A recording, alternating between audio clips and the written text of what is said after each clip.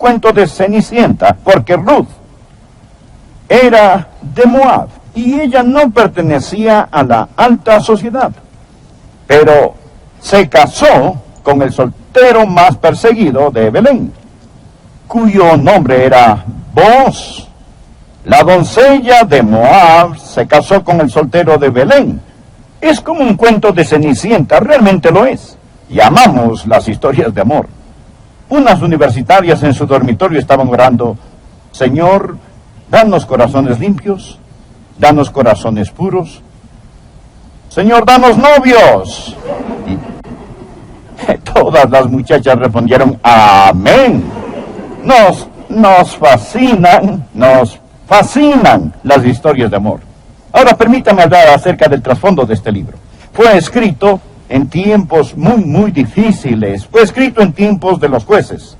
Y si está en el libro de Ruth, simplemente retroceda al libro de Jueces y observe el último versículo en el libro de Jueces que dice esto: en estos días no había rey en Israel. Cada uno hacía lo que bien le parecía. Es decir, eran tiempos difíciles. Eran días espiritualmente y nacionalmente tenebrosos. Había caos, apostasía y anarquía en la nación. Eran días económicamente tenebrosos, había hambre, eran días domésticamente tenebrosos, como lo vamos a ver. En todo sentido eran tiempos difíciles. Y aún así, después del libro de Jueces, tenemos el libro de Ruth. Está allí como una estrella deslumbrante en medio de la noche oscura. Como una gardenia en un desierto árido de desesperación. Y realmente el libro de Ruth es una brillante esperanza. Escúcheme, es brillante esperanza para los días tenebrosos. Amigos, estos son días tenebrosos, pero hay una esperanza resplandeciente. Y quizás como Ruth, usted va a enfrentar días tenebrosos, problemas, tiempos de desesperación, y Jesucristo llegará a ser para usted lo que Booz fue para Ruth. Y cuando usted dé su corazón a Jesucristo, va a encontrarse en medio de una hermosa historia de amor. Vamos a ver tres cosas en este capítulo. Tres cosas. En primer lugar, vamos a ver lo que voy a llamar el principio de la libertad de escoger. El principio de la libertad de escoger. Le invito a leer Ruth, capítulo 1, versículo 1. Aconteció en los días que gobernaban los jueces que hubo hambre en la tierra, y un varón de Belén. A propósito, Belén era donde Jesús nació, Belén de Judá. La palabra Belén significa casa de pan. Un varón de Belén de Judá fue a morar en los campos de Moab, él y su mujer y 2 hijos suyos. El nombre de aquel varón era Elimelech, y el de su mujer Noemí, y los nombres de sus hijos eran Malón y Kelión, efrateos de Belén de Judá. Llegaron pues a los campos de Moab y se quedaron allí. Ahora, los moabitas, como vamos a ver, eran los archienemigos de Israel. Ellos eran una raza obscena, pagana, y era un lugar obsceno y pagano. Y aquí está un hombre de la nación de Israel, y como había hambre en el país, tomó una decisión, y le dice a su familia: Malón, Kelión, Noemí, vengan. ¿A dónde vamos, papá?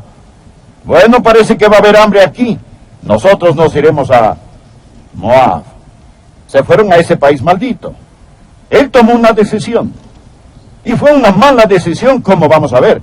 Fue una decisión que marcó su vida con tragedia, pero él tomó esa decisión. Permítame decir algo acerca de las decisiones, porque todo el capítulo aquí, en mi estimación, se basa en las decisiones. Y recuerda el título del mensaje: es la decisión lo que determinará el destino. Somos libres de escoger. Eso es lo que no nos hace máquinas, sino personas. Es lo que nos hace moralmente responsables. Por favor, anote al margen de Deuteronomio capítulo 30, versículo 19. A los cielos y a la tierra llamo por testigos hoy contra vosotros, que os he puesto delante la vida y la muerte, la bendición y la maldición.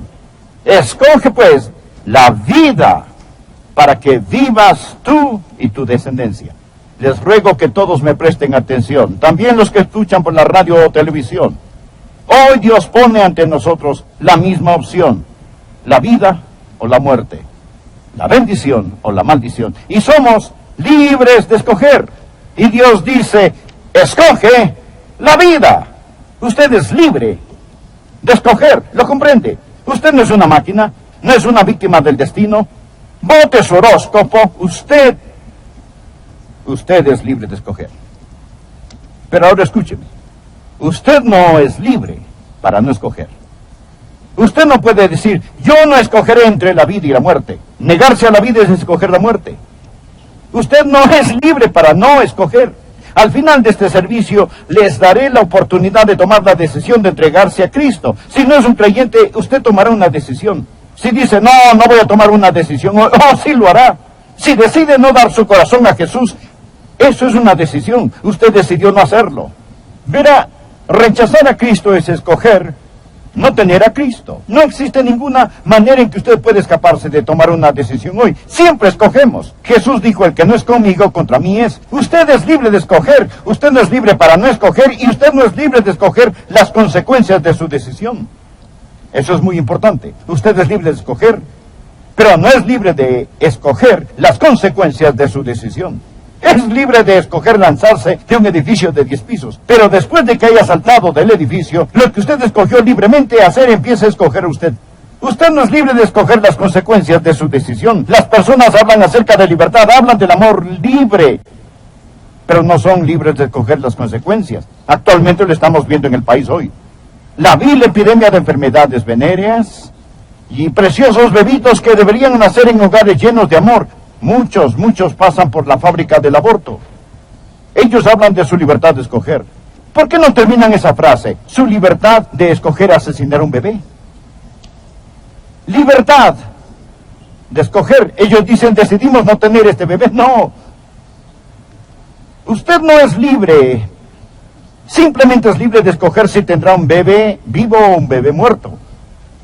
Porque va a tener un bebé. Verá, usted es libre de escoger, pero no es libre para no escoger. Y no es libre de escoger las consecuencias de su decisión. Primero usted toma su decisión y después su decisión escoge por usted. El primer punto que quiero que usted entienda es el principio de la libertad de escoger. El segundo punto en este capítulo. Primero, el principio de la libertad de escoger. Número 2, los problemas de una decisión equivocada. El principio de la libertad de escoger, el problema de una decisión equivocada. Ahora, lo que este hombre hizo fue entrar en la tierra de Moab cuando él no tenía por qué ir ahí. Él descendía de buen linaje, conocía la verdad, él nació en Belén, y Belén, usted sabe, fue donde nuestro Salvador nació. Pero Elimelech, y a propósito, el nombre Elimelech quiere decir, mi Dios es el rey. Él evidentemente tenía una familia maravillosa, porque descendía del tipo de herencia que le dio un nombre como ese. ¿Por qué razón tomó una mala decisión? Estamos hablando acerca de los problemas de una decisión equivocada. El versículo 1 nos dice que había hambre en la tierra. Él estaba siendo motivado por lo físico y no por lo espiritual. Y Satanás había susurrado en su oreja, Elimelech, un hombre tiene que vivir. Sabía que eso es una mentira. No tenemos necesariamente que vivir, sino que morimos y después comparecer ante Dios. Pero lo que Elimelech hizo fue decir, mire, yo sé lo que Dios ha dicho, sé que Dios ha prometido bendecirme, pero tengo que cuidar de mí mismo. Y puso lo físico sobre lo espiritual. ¿Cuál fue la consecuencia de esa decisión? Fue la muerte. Mire por favor el versículo 3.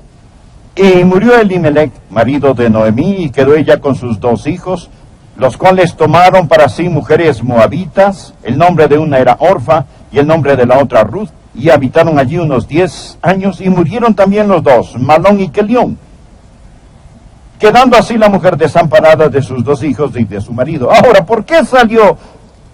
¿Por qué dejó Belén? Él dejó Belén porque tenía miedo de no poder sobrevivir.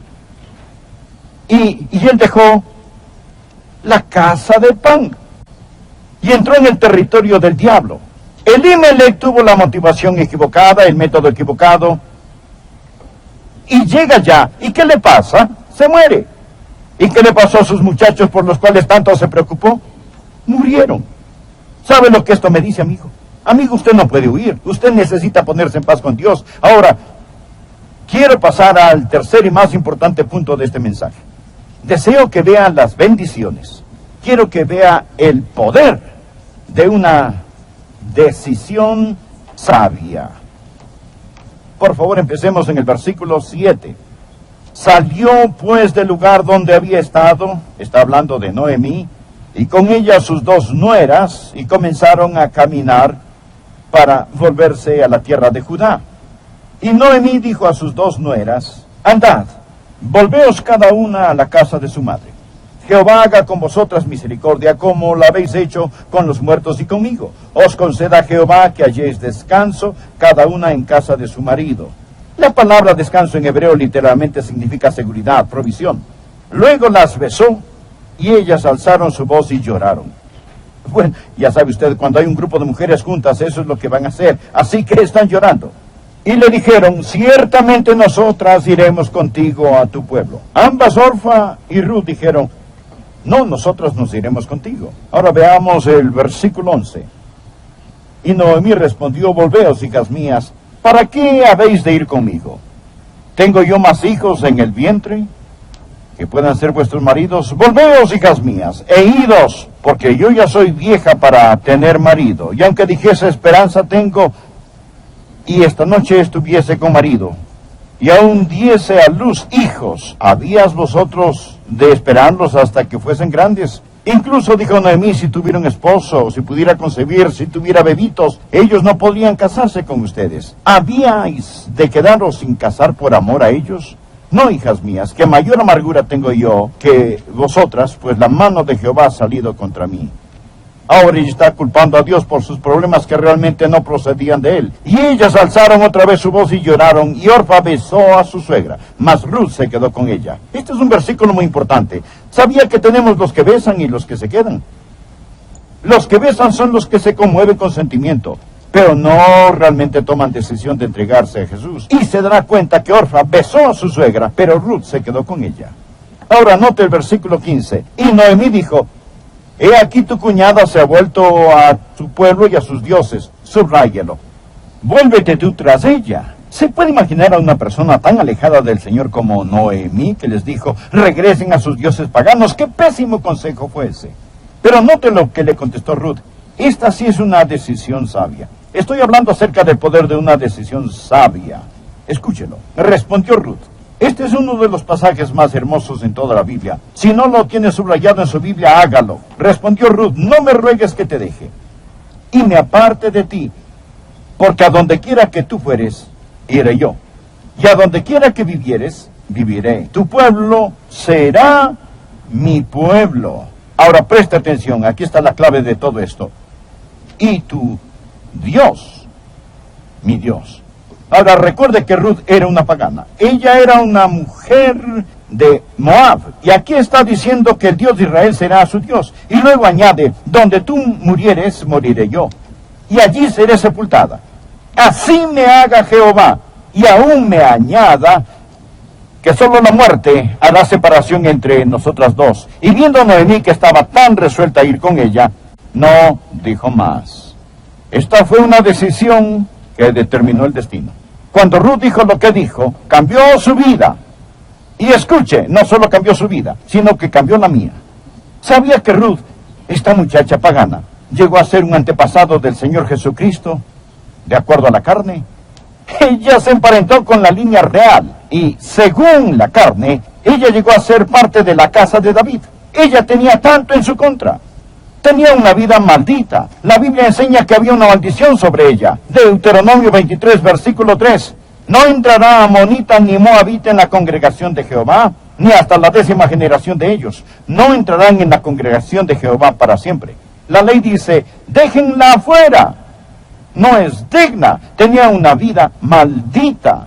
Y vamos a ver que lo que la ley no pudo hacer. Dios abrió la cortina de la noche, dejándola abierta con la estrella de la esperanza, porque esta mujer tomó una decisión sabia.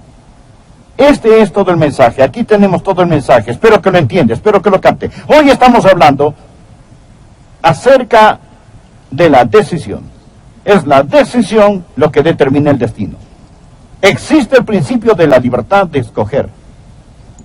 Usted es libre de escoger, pero usted no es libre para no escoger. Y usted no es libre para escoger las consecuencias de su decisión.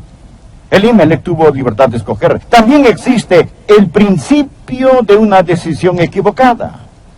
Aquí tenemos a Elimelech. Él escogió con el motivo equivocado, el físico, en lugar del espiritual. Él escogió con el método equivocado, él andaba por la vista en lugar de andar por fe. Se fue y empezó a vivir al amo equivocado, se fue al territorio enemigo. Pero luego tenemos aquí a Ruth. Ella tenía tanto en su contra. Más sin embargo escogió y dijo, yo estoy determinada que el Dios de Israel será mi Dios. Y él hizo para ella nuevas todas las cosas. ¿Sabe lo que pasó? La doncella de Moab, como vamos a ver en el capítulo 2, se casa con el soltero codiciado de Belén. Ella llega a ser un antepasado del Señor Jesucristo y tiene todo un libro en la Biblia escrito acerca de ella, porque toma una decisión sabia. ¿Alguna vez ha decidido entregarse a Jesús? Yo estaba sentado en la iglesia bautista Northwood, sentado aquí. Mi papá estaba acá. Estábamos en una reunión de avivamiento, en nuestra iglesia. Yo nunca había ido a una iglesia. Quizá visité una o dos veces, pero alguien invitó a mis padres a una reunión de avivamiento. Ahora yo nunca fumé marihuana, o he sido adicto a las drogas, o algo así, ni cometí inmoralidad sexual. Pero yo sabía lo que era decir mentiras y tomar el nombre de Dios en vano, y tomar cosas que no me pertenecían, hacer trampa en la escuela, me metí en peleas callejeras. Necesitaba ser salvo, se lo garantizo. Mi papá estaba sentado aquí. No podía creerlo. Ahí iba mi papá. Yo amaba a mi papá, lo respetaba, él fue un gran hombre, pero no conocía a Jesús.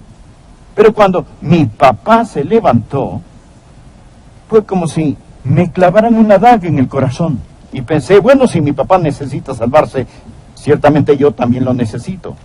Y también pasé adelante, detrás de mi papá. Dijeron, miren, ahí viene Adrián. Y nos alegramos de verlo pasar.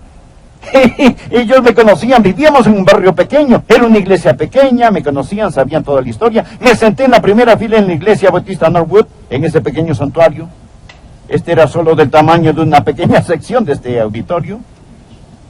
Y sentado al frente me hicieron unas preguntas y respondí afirmativamente. Francamente no sabía mucho, solo estaba dando todo lo que conocía de mí a todo lo que conocía de Jesús.